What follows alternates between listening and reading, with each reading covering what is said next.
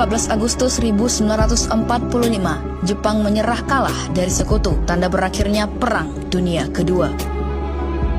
Pada tanggal 17 Agustus 1945, Indonesia memproklamirkan kemerdekaannya. 2 bulan kemudian, beberapa perwira Belanda datang ke Aceh untuk mengadakan penyelidikan. Aceh dijumpai dalam keadaan kacau balau. Belanda berpendapat perlu diadakan pendudukan sekutu untuk mencegah timbulnya pemberontakan. Belanda adalah salah satu negara sekutu bersama Amerika Serikat, Inggris, Prancis, dan beberapa negara Eropa lainnya.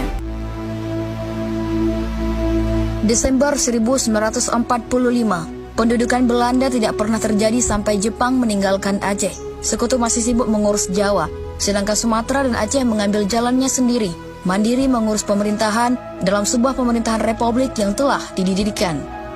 Gubernur pertama Aceh dan Sumatera adalah Mr. Teku Muhammad Hasan. Belanda tidak pernah lagi menembus Aceh hingga membuat daerah ini benar-benar nyata kemerdekaannya saat itu. Tahun 1948 mengawal kemerdekaan Indonesia. Aceh tercatat sebagai penyumbang 2 pesawat yang menjadi cikal bakal lahirnya Garuda Indonesia Airways. Pada tahun yang sama, kala Sekutu berhasil menguasai pemerintahan Indonesia di Pulau Jawa, Aceh menjadi daerah penyelamatan melalui radio Rimba Raya di Aceh Tengah. Dengan kemerdekaan Indonesia masih dipancarkan ke seluruh dunia. Pada tanggal 23 Januari 1951, Indonesia di bawah Kabinet Nasir membubarkan divisi TNI di Aceh. Status provinsi Aceh dicabut, dipaksa lebur dalam wilayah Sumatera Utara. Saat itu, Gubernur Aceh dijabat Tengku Daud Bereh. Dia merasa Jakarta mengkhianati perjuangan Aceh dengan melakukan beberapa tindakan politik. Kebencian rakyat Aceh kepada Soekarno, Presiden RI yang pertama, menyala. Daud Bereh, sang pemimpin Aceh, masih sempat menghadap Soekarno, tapi patah arang. Pada tanggal 21 September 1953, Daud Bereh memukul gong pemberontakan setelah Kongres Ulama di Tite, salah satu kecamatan di Pidi. Di sana dia menyatakan Aceh menjadi bagian dari negara Islam Indonesia, mengikuti jejak Kartosoewirjo di Jawa Barat. Perlawanan bersenjata dimulai. Bersama Bereh, sejumlah pasukan TNI bergabung menjadi Tentara Islam Indonesia ataupun TII. Sehari setelah proklamasi itu, mereka menguasai sebagian besar daerah Pidi dan bertahan di Garut. Pidi, pertempuran demi pertempuran pun terjadi. Pada tanggal 8 April 1957, kesepakatan gencatan senjata diambil dalam sebuah perjanjian Ikrar Lamteh. Isinya meletakkan senjata dan kesepakatan lain antara pemerintah lokal dan pemberontakan untuk mengutamakan kepentingan rakyat dan daerah Aceh di atas kepentingan kelompok. Gencatan senjata ini sempat berjalan sampai 1959. Pada tahun 1951, titik balik pemberontakan. Di masa itulah, Perdana Menteri Juanda mengunjungi Aceh. Dia sempat bertemu dengan Hasan Saleh, Panglima D1 ataupun TII bersama Hasan Saleh. Hadir juga Hasan Ali, Perdana Menteri Negara Bagian Aceh, Negara Islam Indonesia. Hasan Saleh menuntut kepada Juanda agar Aceh dijadikan negara bagian di bawah Republik. Tuntutan berbau federalisme itu ditolak oleh Juanda. Alasannya, Indonesia telah membentuk kesatuan. Meski begitu, Hasan Saleh setuju untuk mencari jalan damai. Daud Bereh meminta Hasan Ali membatalkan gencatan senjata dan memulai lagi serangan gerilyawan besar-besaran. Daud letih bergerilyawan setelah satu persatu karibnya meninggalkannya di tengah jalan. Pada tahun 1961, di ujung masa pemberontakannya, Bereh bergabung dengan Republik Persatuan Indonesia bersama PRRI dan Permesta. Bersama itu pula, nama negara bagian Aceh diubah menjadi Republik Islam Aceh ataupun RIA.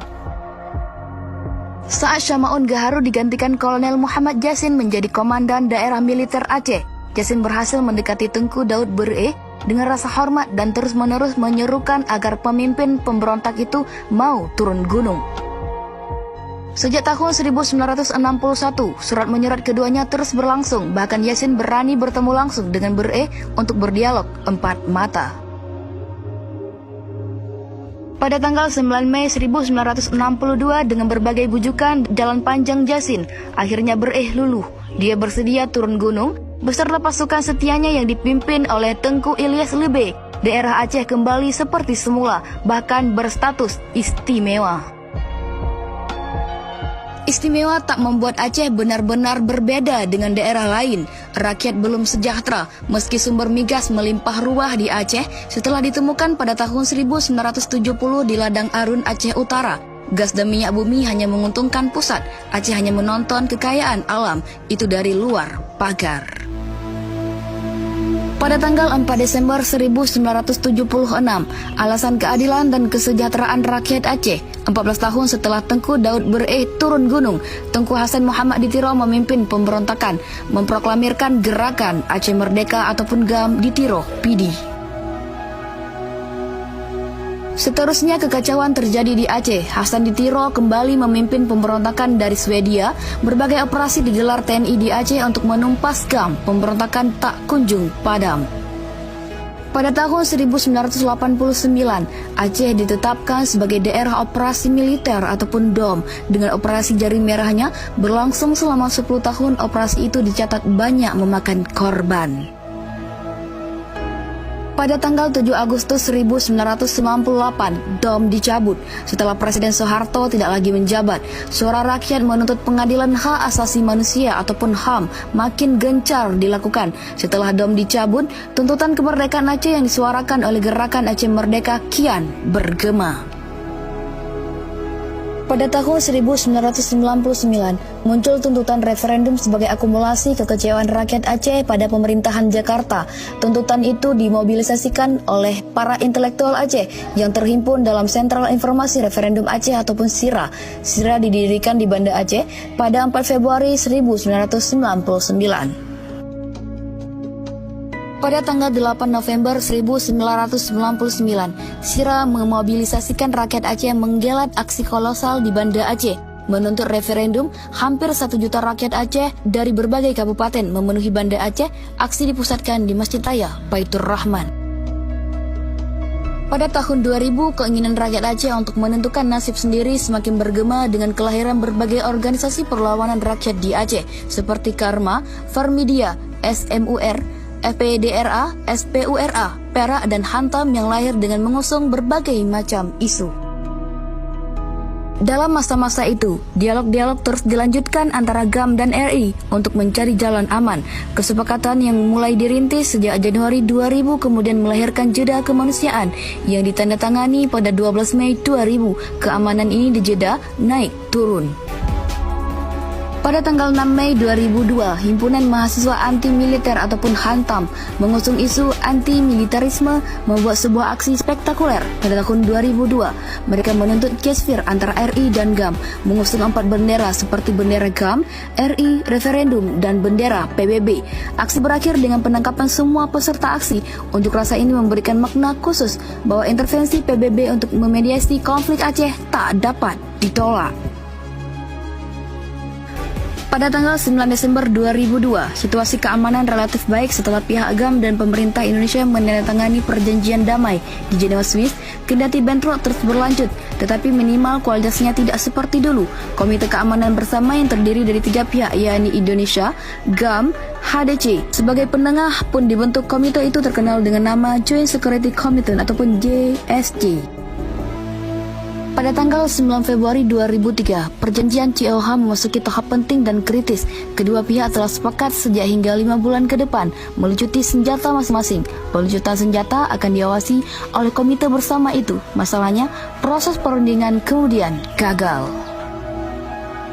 Pada tanggal 19 Mei 2004, darurat sipil ditetapkan di Aceh menggantikan status darurat militer. Kondisi hampir tidak jauh berbeda.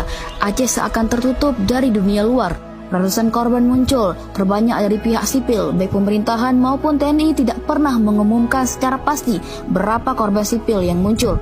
Namun Dinas Penerangan Umum Mabes TNI mengakui sejak darurat diberlakukan sampai September 2004, sekitar 662 warga sipil tewas, 140 luka berat dan 227 luka ringan.